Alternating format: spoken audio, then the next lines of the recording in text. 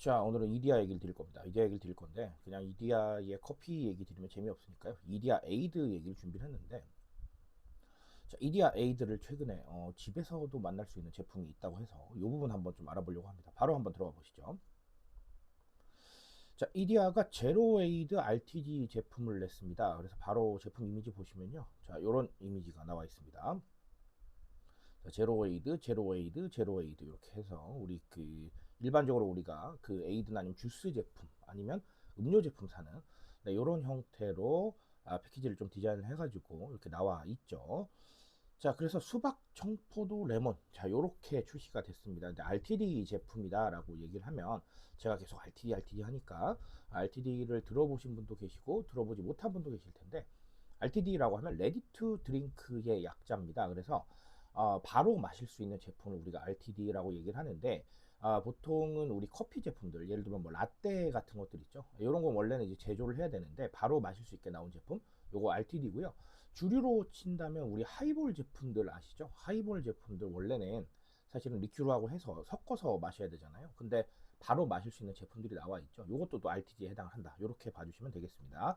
물론 에이드도 원래는 뭐 에이드 재료랑 이렇게 해서 만들었어야 되는데 이게 그냥 한 번에 마실 수 있게 되어 있으면 이것도 RTD에 해당을 하겠죠.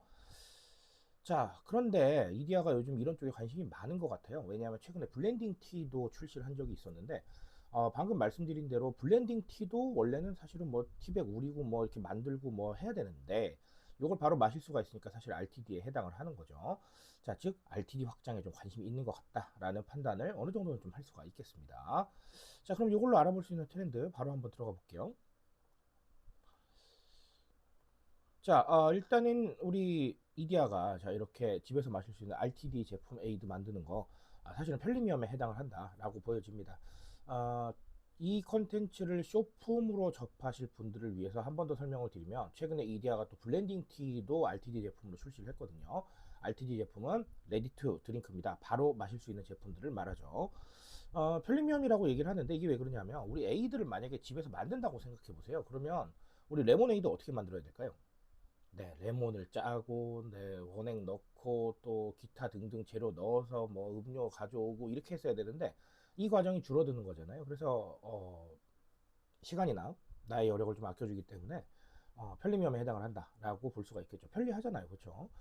음료 자체가 이렇게 나와 있으면 상당히 편리할 수밖에 없습니다. 우리가 반복적으로 제가 한 번 더 말씀을 드리지만 사실은 여러 가지 노력을 통해서 뭔가 만들고 그리고 뭔가 사오고 준비하고 했어야 되는 부분들이 필요했을 텐데 이 과정을 줄여주는 거거든요. 그래서 이 RTD라는 부분들은 거의 대부분 편리미엄에 해당을 합니다.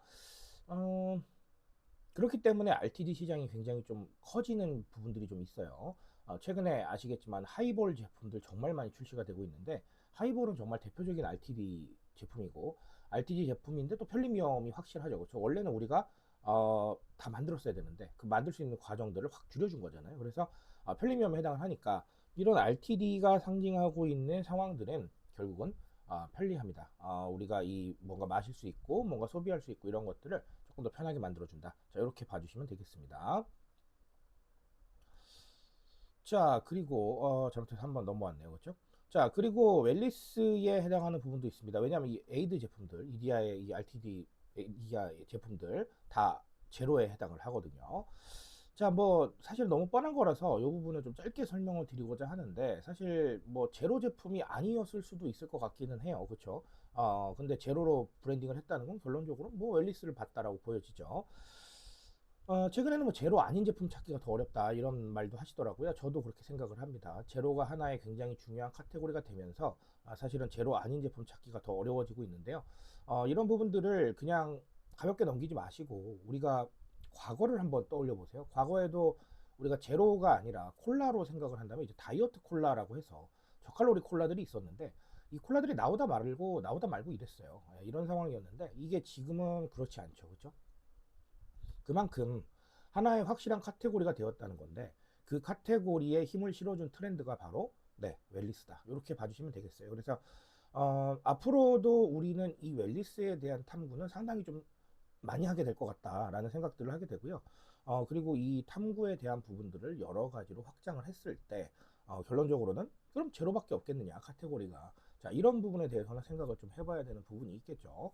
제가 트렌드 측면에서 봤을 때는 이제 멘탈 케어 쪽을 많이 말씀을 드리는데, 이런 것처럼 웰니스에 대한 부분들은 상당히 좀 다양할 수 있기 때문에 접근 방식이나 아니면 적용 방식을 조금 다변화해 보는 것도 나쁘진 않겠으나, 어쨌든 이런 RTD 제로 에이드 접근은 뭐 아주 기본적인 접근이다, 이렇게 봐주시면 되겠습니다. 자, 오늘 이렇게 두 가지 말씀을 드렸고요.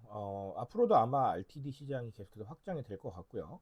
그리고 이 카페 브랜드의 RTD 시장 진출도 상당히 좀 활발해질 거라고 생각을 합니다. 왜냐하면 또 하나의 매출처잖아요. 사실은 원래 카페까지 와서 뭔가를 먹는 게 가장 뭐 좋긴 하겠죠. 왜냐하면 이 카페의 감성이라던가 아니면 이 공간의 어떤 이런 경험들도 할 수 있게 만들 수 있으니까요. 하지만 그것만이 다는 아니잖아요. 그렇죠? 그렇기 때문에 상당히 많아질 것으로 보이니까요. 이런 사례들 보시면서 오늘 말씀드린 것들 한 번 더 정리하시면 아주 좋겠습니다. 자, 오늘 여기까지 말씀드리고요. 저는 조금 더 좋은 얘기로 돌아오도록 하겠습니다.